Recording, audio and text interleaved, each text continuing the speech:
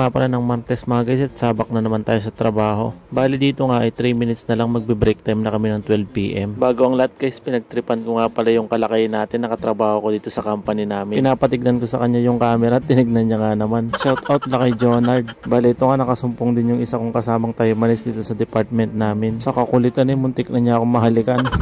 Bali dito nga pala mga guys, nakakuha na nga pala ako ng kanin. At dahil nga meron akong baon na ulam, doon na lang ako sa may bed ko kakain. Tamang lakad lang ako dito mga guys. At maya-mayain dito na nga din pala ako sa may bed ko. Bali ito nga lang pala yung ulam ko mga guys. Chicken breast na may kasamang itlog. Nakakangalay nga nguyain mga guys. Sobrang tigas. Nangalay din yung pangako. Pagkatapos ko nga palang kumain mga guys, nagpahinga lang din pala ako dito at nag-idlip. Dali 1 PM nga pala yung resume ng trabaho namin. Sobrang nakakaantok nga kapag ganitong panahon mga guys. Kapag winter talaga. Halos antok nga ako sa trabaho kanina. Maya-maya nga lang din pala mga guys. Pababa na nga pala ako ng dormitory namin. By the way mga guys, yung dormitory namin tsaka yung company namin ay magkadikit lang. 12:59 na nga pala ako bumaba dito. Bali 1 minuto na lang ay magwa 1 PM na. Bali pang mga pala ako dito sa new department ko mga guys. Dahil mahina nga yung gawa dun sa dati kong department. Bali nasa underground nga pala yung department na pinagpapangmangan ko.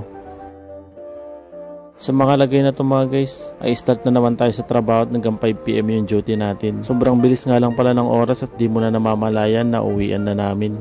Fast forward nga pala mga guys, naka-out na nga pala ako sa trabaho. At andito na nga din pala ako sa may room namin dito sa dorm namin. Bali nga pala yung mga empleyado dito sa company namin. Marami din nga pala yung walang OT ngayon at maraming nag-out. Nang makapag-bihis na nga pala ako mga guys, kinuha ko na nga pala yung mga labahin ko dito. Isalang ko na nga din pala sa washing machine yung mga iba. Dahil dito nga kinukusot ko lang tong jacket ko dahil merong dumi na hindi maalis.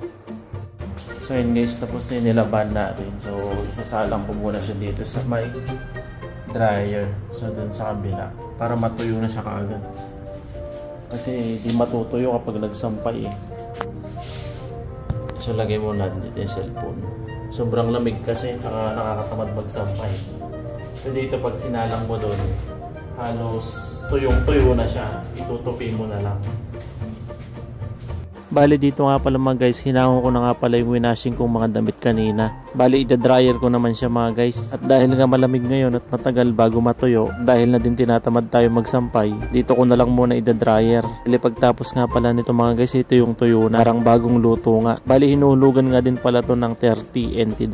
Tapos nito mga guys, itutupiin mo na lang. Bali dito nga tamang salang lang ako. Medyo accommodated din naman dito sa may dormitory namin. Bali kung tamad ka nga na magkusot ng iyong mga labahin, din pwede kang mag-washing. Basta meron kang barya na ihulog. Ihintayin mo na nga lang pala siya mga guys. Lagay mo ng damit, lalagyan mo lang ng sabon. Tapos maghihintay ka lang ng 30 minutes, tapos na. Dito nga pala mga guys, habang hinihintay kong dinadryer ko, nagpapawis muna ako dito at nagpainit ng katawan. Dahil sobrang antok na nga din pala ako dito sa mga lagay na to mga guys, kaya nagpapawis muna ako. Ito tamang push up lang para magising. Dahil meron pa akong hinihintay na damit na dinadryer. O paano mga guys, hanggang dito na lang pala tong video na to. Maraming salamat sa pagsama ninyo. Mag-iingat kayo palagi. God bless.